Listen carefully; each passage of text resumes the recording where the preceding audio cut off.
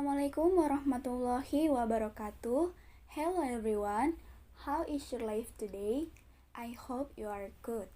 So first of all, thank you very much for your nice attention who has given us this opportunity to presentation our material. So our material is about problems in translation. But before that, I want to introduce the members of group 5. So, there are 6 members in Group 5. There are Ismawati Ananda as the first speaker, will explain the material about lexical differences. There are Mutmainna Arif as the second speaker, will explain about grammar differences. There are Farhan as the third speaker, will explain about collocation. There are Husnul Hidayah as the fourth speaker, will explain about cultural differences. There are me, Fitriawa Humakaraeng, as the fifth speaker, will explain the material about personal challenge and solution in problems in translation. And the last speaker is Sartika, will explain the material about connotative. So, enjoy the video! Assalamualaikum warahmatullahi wabarakatuh. I am Ismawati Ananda. I want to explain about material in problem in translation, namely lexical difference. Let's get started. First, lexical differences. A word as a lexical unit of a language carries many meanings or polysemous. For example, the word house may mean rumah atau gedung tempat tinggal. House may also be translated into dynasty as in the House of Carringtons or Dewan in the House of Representatives. In addition, the word house in the House of Commons does not have anything to do with house or rumah. On the other hand, the word rumah in this word shall not be translated with house. Rumah makan in English, restoran, rumah sakit in English, hospital, rumah sakit jiwa in English, soul asylum, and rumah yatim piatu in English, orphanage. Thus, the lexical meaning of a word is not one-to-one relationship with another word in another language. Meaning also varies across language. The word rice can be translated into Indonesian padi, gabah, beras, and nasi. It's important to see these different meanings when translating rice into Indonesian. Similarly, when translating go into German. It is important to know whether the equivalent word will be Johann or one foot, or Fahren or biker. The word hutan may be translated into woods, forest, jungle, wilderness in English. Likewise, Eskimo even has around 50 words for snow.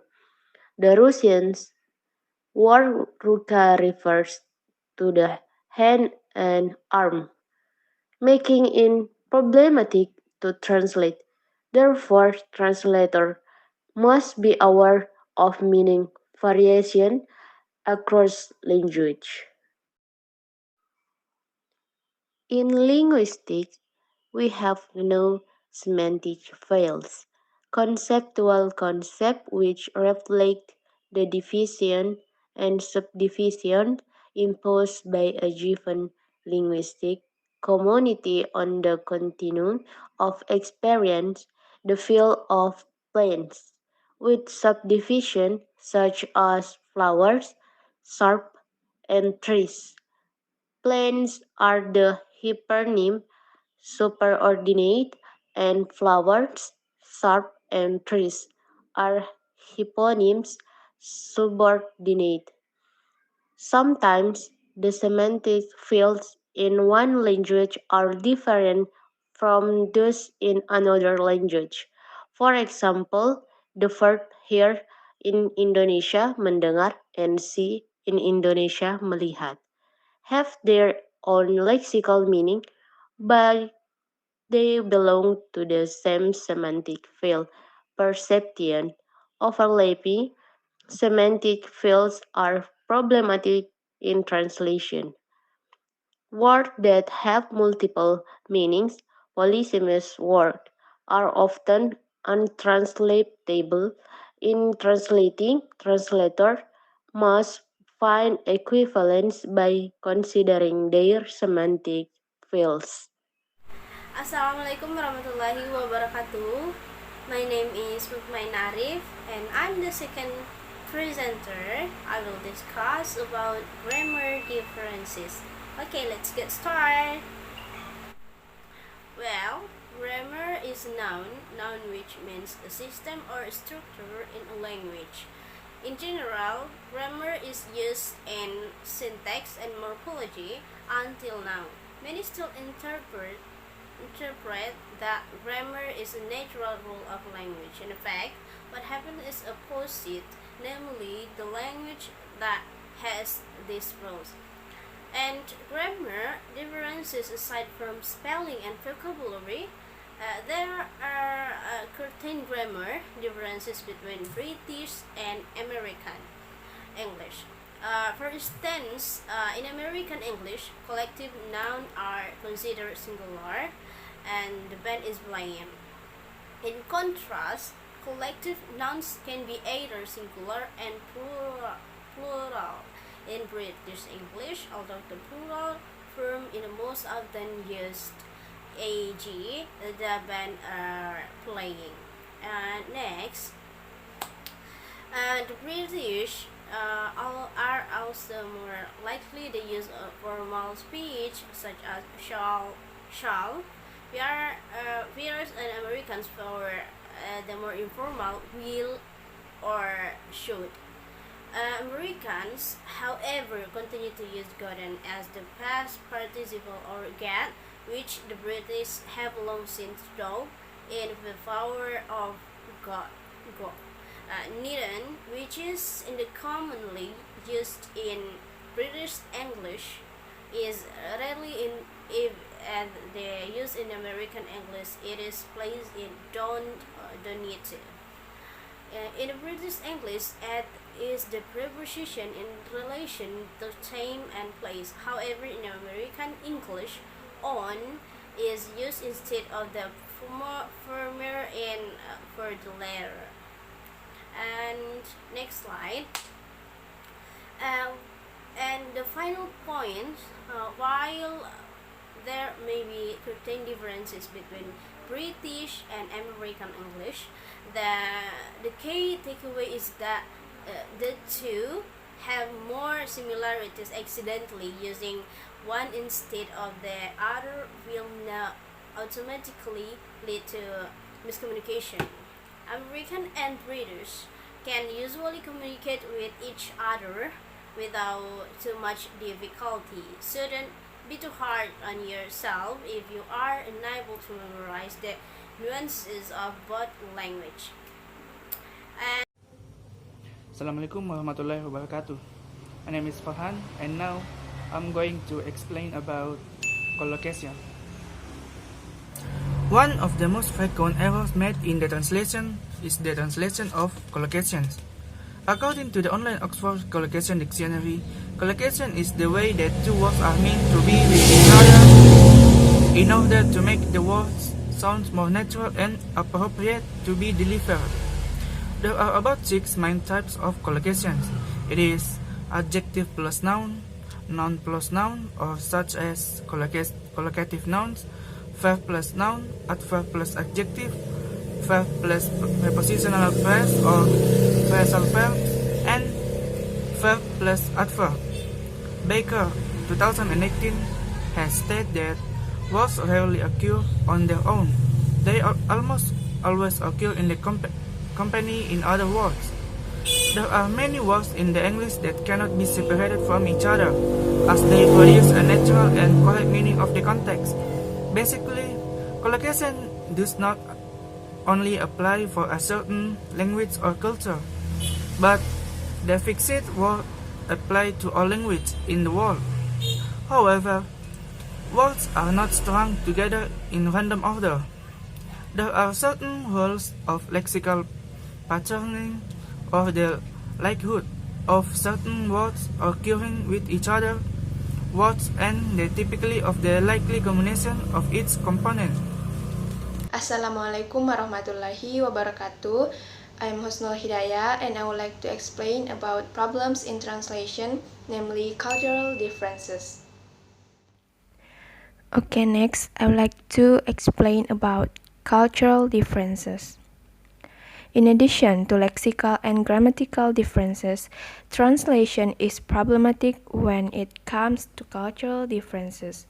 Cultural differences refer to differences of word view which are reflected in the language. Idioms.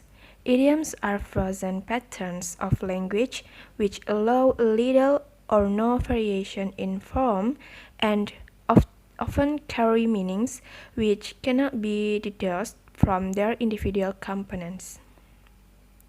The main problems that idiomatic and fixed expressions pose in translation relate to two main areas. One, the ability to recognize, to interpret an idiom correctly. Two cases of misinterpretation. The first one is some idioms are misleading. They seem transparent because they offer a reasonable literal interpretation and their idiomatic meanings are not necessarily signaled in the surrounding text. For example, go out with, have a romantic or sexual relationship with someone. The second one is an idiom in the source language may have a very close counterpart idiom in the target language which looks similar on the surface but has a totally or partially different meaning. For example, the idiomatic question, has the cat got your tongue, is used to urge someone to answer a question or to contribute to a conversation. In Indonesian meaning is apakah lidahmu keluh? How to translate idioms? The answer is the form cannot be kept, but the target language word or phrase which has the equivalent meaning will be the correct one to use in the translation. The following are examples of Indonesian idiom expressions. In Indonesian idioms, bertekuk lutut in literal translation is bend on one's knees, and idiomatic translation is surrender. Indonesian idiom bertepuk sebelah tangan in literal translation clap with one hand, idiomatic translation one-sided love affair. In Indonesian idioms mendapat durian runtuh in literal translation is getting a falling durian, and idiomatic translation is getting a fortune. And air susu dibalas air tuba in Indonesian idioms, and in literal translation is milk is treated with poison, and idiomatic translation is biting the hands that feed one. And there are a lot of examples of this. Assalamualaikum warahmatullahi wabarakatuh. I am Sartika. Here I want to talk about connotative. Connotative meanings usually differ one from another based on the cultural background. We often find difficulties in translating connotation because a word which has a positive connotation in one culture may actually have a negative connotation in another, e.g., pig-headed, and I'm calling anjing, to insult someone, chicken or yellow to refer to someone who is coward. Besides carrying factual information by reference to things, events, attributes, and relations, words also reflect attitudes and emotions. Translating lexical words is another difficult problem in translation, because words in the source language might not exist in the receptor language. Bigman and Kahlo suggest three basic alternatives a translator can use to find an equivalent expression in the receptor language. 1. A generic word with a descriptive phrase. Translating this can be done by paraphrasing, especially when words found in the source language don't occur in the receptor language, e.g., tempe, pedukuhan, lotek, sarung, ngigel, wayang kulit, etc. 2. A loan word. Translation from theory to practice. 48 loan words, cultural substitute commonly used for the names of people, places, and geographical areas, food, special drink, etc. For example, Amazon, Nile River, Bantul, spaghetti, tequila, etc. 3. A cultural substitute. When a translator translates the word for something or event which is not exactly the same but occurs in the receptor language, e.g., parrot fashion is not pameran busana burung kakak tua, but membebek. Well, my name is Fitra Wahyu Makaraing. Next, I will continue the material. The material is about personal challenge and solution in problems in translation. Personal challenge, as opposite to linguistic challenge, are discussed because of the environment around the translator. All the challenges we discussed above are the linguistic challenge. There are many benefits on being a translator, but sometimes some of those benefits may also bring problems. For example, being a translator involves a very independent working schedule. This means you can work anytime you want, even from home, but you still have deadline and time requirements. If you don't handle your working time correctly, you might find yourself working 24/7. Apart from those, a translator may face several other challenges in the line of work. These include, but are not limited to, proper internet access, competition from other translators, competition from assigned translation, and the dilemma of pricing your service appropriately. Next, the last material is solution in problems in translation. So there are 3 solutions in problems in translation. The first is focus your knowledge. Familiarize yourself with the compound words most commonly used in your project area and learn the translation. Use translation memory and other software to make your job easier. The second is read very carefully. The translator has to be very vigilant and carefully read the search text and fully grasp the meaning. Only after that should that begin the work of translation. Otherwise, it can lead to embarrassing mistakes. The third is know yourself. There is no one-size-fits-all translation solution for these problems. Know yourself. Research the problems of translation that we stated above and face them one by one. You will need to figure out how to get around each of these problems and do your best to minimize them. As with many other problems in life, it helps to be disciplined and establish a working routine and schedule. Always remember that you can always ask someone for help. Well, maybe that's all from me. Thank you.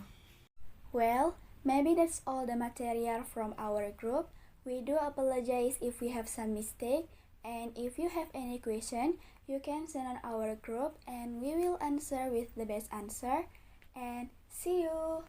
Wassalamualaikum warahmatullahi wabarakatuh.